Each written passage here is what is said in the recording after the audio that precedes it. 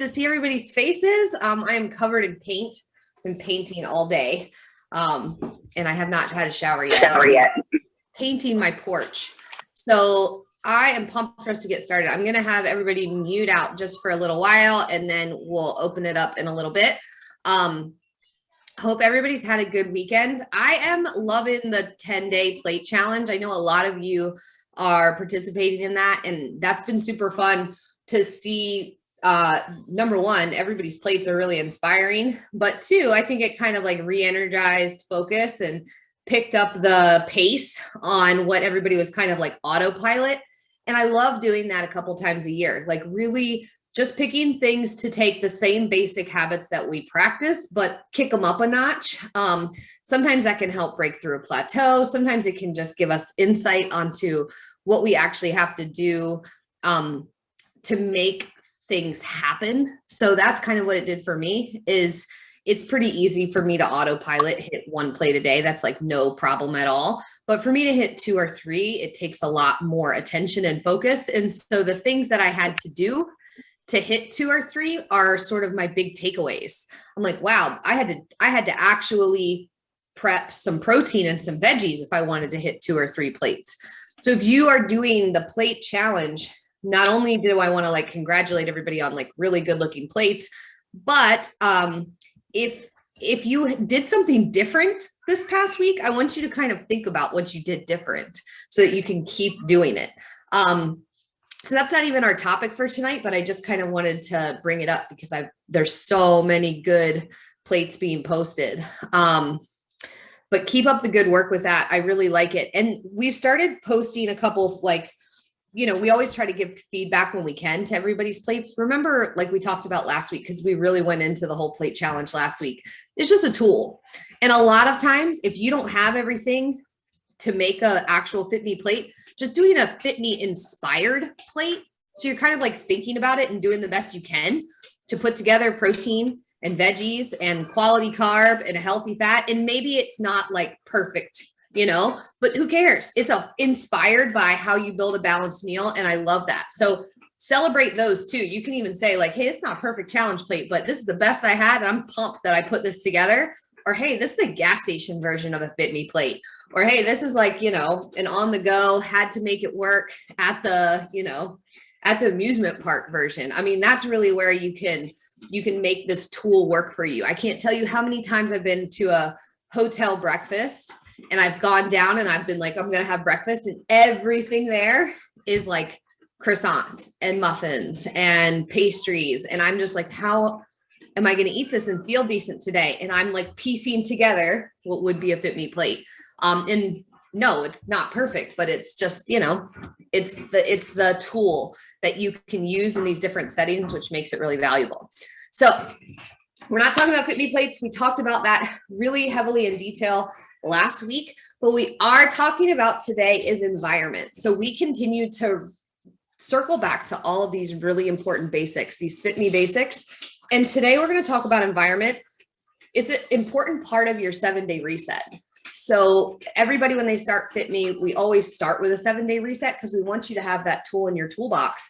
But it didn't used to be on there. We made environment a piece of it because after coaching lots of people and seeing what actually helped create success, people who took the steps to start changing their environment found that things were significantly easier. So we kind of define environment in 3 ways, and that's going to be your target this week after we talk about it, is to take on at least one of the 3. So we think about environment first in our closets. So if your body has changed sizes in the past, or if you have been a size that you're not comfortable in for a long time, you may have a lot of clothes in your closet that don't make you feel good. We kind of like call those sad clothes, and we refer to that a lot. But if you keep those in your closet, it does something to our heads. It puts us in like a headspace where you open that door every single day to look for clothes, and you see that stuff in there. And sometimes you even get it out and put it on. And then you're like, no, I'm not wearing this. Maybe it's too small. Maybe you don't like it. Whatever it is, it's there. And it's this constant reminder of what? Well, It could be a reminder of a size of clothes that you wish you didn't buy and it's still in there. And when you put it on, it fits, but you don't like it. So it makes you feel bummed out. It might be a reminder that, hey, those are sizes from a whole different season, like years and years ago, but they're still in there. And maybe you are going to get back there one day, but right now it doesn't make you feel good to see them. It makes you feel bummed out. So they're just this constant reminder. And so environment is first, we're talking about our clothes. What do we have that we put on our body? And if you don't have anything that actually makes you feel good, that you would call like happy clothes that you put on your body, your now body, not your like future one day I'm going to earn it and deserve to have clothes that look good body. Your now body deserves clothes that fit and that feel good, that you like. Then I want you to think about getting some, and they don't have to be super expensive, but they should fit. They should make you smile at least. Oh, I like how I look in this. So that is piece one, and getting rid of those sad clothes. I encourage you to donate them. I encourage you to give them away. You can throw them away. I know that's not ideal because clothes in the garbage are bad for the environment, but get them out of your closet. I don't care what you do with them. We stuffed all of our sad clothes into a punching bag. So if you really want to do some kind of like symbolic movement, order yourself a punching bag from Amazon, fill all of your sad clothes into the punching bag, and then you can use that for your movement every day. You can punch the punching bag with all your sad clothes in it. So you can do that too. And because that's where ours ended up. So environment first, closet. Second piece of environment is our kitchen. So what is in our pantry? What is in our cabinets? I know we talked about sugar a couple weeks ago. Getting rid of the stuff that is either a trigger that shouldn't be in our house in our worst days. So that's one of the Fitme basics kind of like go-to reminder tips or rules, or we call it Fitme basic truths, is if you wouldn't want it in your house on your worst day, then don't keep it in there. It doesn't mean you can't ever have it, but your house is your sanctuary. It should be a place that you are comfortable, that you are happy, that you feel like you are safe. And when we keep foods that we know are an issue for us in there, then we have to constantly play the discipline battle, that back and forth of maybe I'll have 7 of these today. I'll have 7 of these because that's what a serving is. But we know like on a stressed out bad day, there's no serving counting. We'll finish the whole thing and then we feel sad about it. So we're not saying that the food's off limits. I'm just challenging you that in your environment, which is what our target is for this week, that you really take, account for what's in there. And maybe it's not, maybe you've already done the clean out, but everything's still kind of a hot mess. So maybe it would feel really good to empty the fridge out and wipe it all down and load everything back up with your fresh veggies and the stuff that you have. It really makes a big difference. Like if you are surrounded by like the clutter and the mess of it, it's not going to feel as good. So maybe your environment thing that you're going to tackle this week is an actual clean out. So you clean everything out of your pantry, get rid of some of the food you don't want in there, but then get it a little bit better organized. So that's a second kind of piece of environment that you can consider. The third piece of environment to consider is social media. And everybody kind of is on a spectrum here. Some people need to really do a housekeeping on social media. Other people don't really use it too much. It might not apply to you. But I really encourage unfollowing accounts that maybe just bum you out, make you feel self-conscious, cause you to like be unkind to yourself. We can create boundaries, and it doesn't mean that we like are judging people. It doesn't mean we don't like them. It is 100% okay. Your phone goes with you probably everywhere. It probably even follows you into the bathroom. It follows you everywhere. It's definition, it's in your sanctuary. And so if we don't take account for what we're letting into our heads, then it really will mess with our efforts. It'll mess with our journey, because you might be feeling good. You might be being consistent. And then all of a sudden you go right onto the gram, and 5 accounts make you feel really frustrated with yourself. And then it doesn't feel as good anymore. Your momentum, kind of the wind's out of your sails.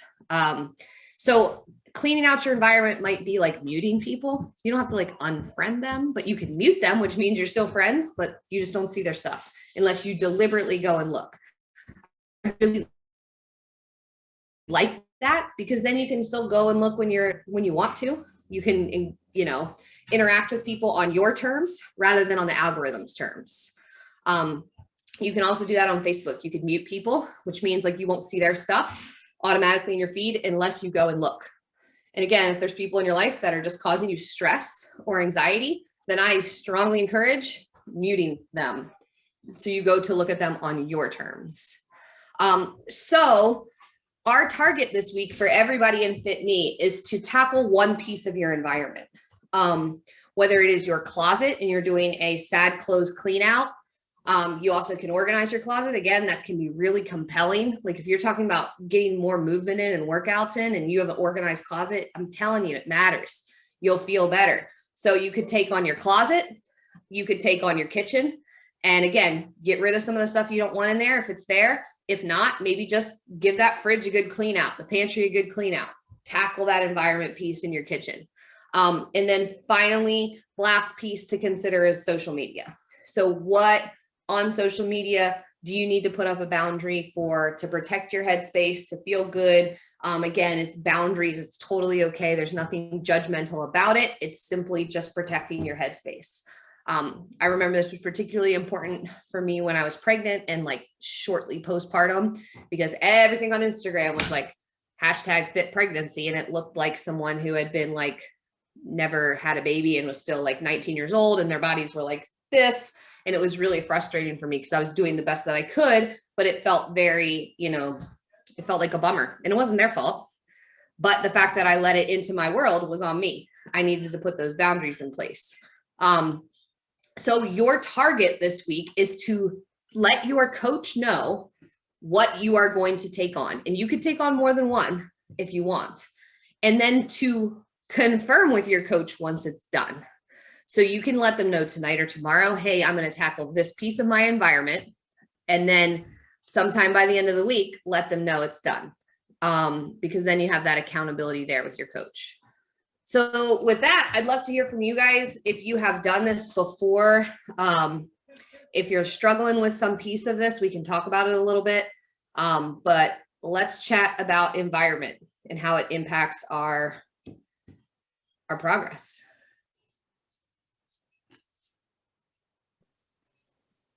Christy? Yes.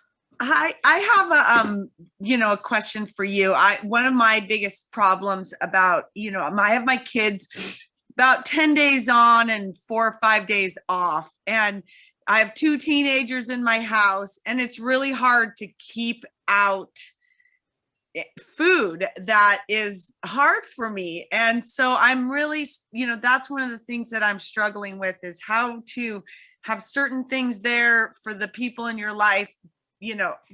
So what's your take on all of that? Well, it depends on the age of your kids. So I think littles might be easier, right? Because you are in more control of what you put in the house. But this could apply to people who have, maybe your partner is like that, your spouse or your husband or your, whoever you live with might be also, this might apply to you too in that category, not just kids. So again, it might not be overnight. Maybe you can't say, hey, I don't want any of this in my house anymore, but if they're teenagers, Nikki, maybe have a conversation with them about it. Yeah, they are teenagers. So that's, yeah. Is it food that like they like and that you just kind of eat because it's there? Yes. Like what, for example? Oh, sun chips. Let's just say sun chips. I don't even really care about sun chips. I would never buy sun chips, but the fact that they're there, I somehow end up eating a few sun chips here and there throughout the day. Mm-hmm. Does the boundary work for you of like the blanket, like kind of skipping out on processed junk and like having your snacks be more intentional on the ones that you choose? Does that boundary work for you? Hasn't been very well lately, but I'm working on it. Have you tried it as like a straight boundary as opposed to maybe I'll just have 1 or 2? I'm not lately, so I think that's where I'm at. Because really you end up with a couple of choices. One, you can have it not in your house at all, which in my opinion, if it ends up being doable, that's nice. Because again, if you go out and you're like, let me get a pack of Sun Chips, who cares? It's just not there for you to constantly snack on. But if it's not an option and you have all of this food in your house that ends up being a trigger, the next thing you can do is just set a boundary. Like one of our, basics that we use our habit tracker for is avoiding processed junk. Well, that helps if you're focused on that, because then you're like, well, that's not even a snack option for me. I'm not going to have that as a snack, especially if weight loss is your goal. This is a really good boundary to have in place, is you want your snacks to be quality, right? Like kind of thinking like mini Fitme plates. So if you find yourself snacking on kid stuff or on chips or on those kind of things, those calories add up quite a bit. But even if they replaced a meal and you were like, I would have ate, but I had Sun Chips, you're not going to be full or satisfied, and that's going to lead to cravings later. So I guess that'd be my second suggestion, is try to create that boundary. And then maybe third suggestion would be, if they really have to have it, see if you can't find the Costco version, or I think they have them at Sam's Club or even at Walmart, that are single servings of some of those snacks. I know it's not the most cost effective, but that might be a way to go too, because then if you did have one, you're just having a single serving. And Sun Chips are the most depressing single serving package in the universe. There's like 5.5 chips in there. And you're like, and okay. I don't think I'm as likely to open a packet of chips, so yeah, that was just an example. But I've been, the kids were on spring break this week, and I just definitely noticed that having them, there, and a lot of kids in and out and a lot of stuff, it was harder for me. That environment piece of like having to constantly be, making myself not do something, it's exhausting. It is. And honestly, studies have shown that discipline is finite. So that means that if you pass by something you want, you might have the discipline to say no thanks a couple of times. And eventually, if you continue to like pass by, discipline will run out. And so again, so there's no like, it's not that you can't ever have it. It's just, how do you want to set up your house? And so Nikki, I know spring break's super hard, but I think you're not the only one. I'm really glad you brought that up, because that is always an important topic around like pantries and stuff, is like the other people in our life. Thank you. Yeah, I'm glad you brought it up. And I mean, there's no perfect way, but my kids really have gotten used to the idea of having treats when we go out. They did not love it at first. They sometimes are like, why don't we have any ice cream in the house? But we get ice cream. We just don't keep it in the house. And because if we do, they eat it every day also. And so it's helpful just for them. It's just kind of like, it's not off limits. We just go out and get it. But I can't, it's not perfect. There's plenty of stuff in here that they have, that they like, that I would snack on, if it was in front of me. Who else has a thought on environment? It's so interesting, because today I went out with my daughter. We went to Old Navy, and I ended up buying a new workout shirt, because since I have nerve damage on my left side, I can't wear sports bras that are close into my neck. Mm-hmm. So all of my old favorite shirts are like the Razorback shirts, and I don't like my bras to show, because I just don't like the way that looks. And so I was telling her how bummed I was, because I have all these great workout shirts that I'm going to get rid of, that I've kept. And I was just thinking, I'm going to clean all of those out. And then I have some other things I'm going to consign with a local. I have someone in my neighborhood who does online consigning, and I'm going to consign some of them, like my sundresses, that I just don't think that I'll ever fit into again. Mm-hmm. And they're just sitting there. And so, but I'm slowly turning my workout shirts into shirts that I feel good in, instead of just having like one that I wear, because I don't even work out at a gym. I just don't like my bras to show. It's like just a personal preference thing. So But yeah, so I was actually going to do that this week. So that's really interesting. And Nikki, I feel you on the food.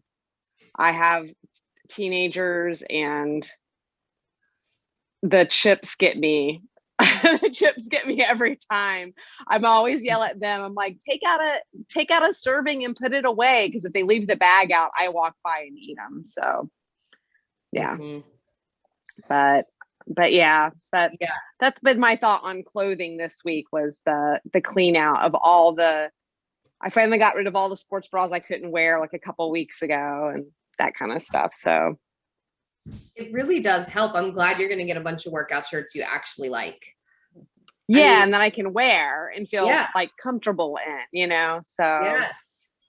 Yeah, I mean, it really matters. And you made me think of it when you said sports bras, but if you have surface clothes that you like and your underclothes are sad, you're still in sad clothes, by the way. A sports bra that I don't like will ruin my day. I'll know it the whole day. I'll think about that sports bra. And so we shouldn't put them on our body. Like, again, if we're fighting against ourselves, let's just be open and honest about it. 99% of what we're trying to do here to change our habits or to improve our bodies or to feel stronger or to work out or to eat healthier, it's just you versus you. So a lot of that is going to be that headspace that we're in. And I'm telling you, like, it really makes a difference. Taking care of your environment sets you up for success. And it's not just a one and done, which is why we bring it up, every little bit, because my environment gets messed up every day by the people who live in my house. And so I have to reassess. But I mean, my fridge right now is full of food. Somebody spilled it in there and I don't even want to food prep because it looks gross in there.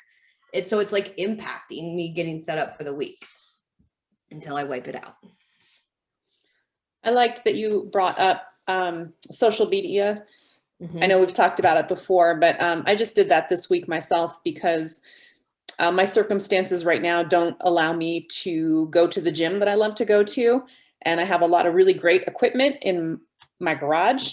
But I was following the gym on Instagram and it was really bumming me out that I couldn't go and be with those people. And it's been a great support system for me for a long time. But so I unfollowed them and that was kind of almost a relief.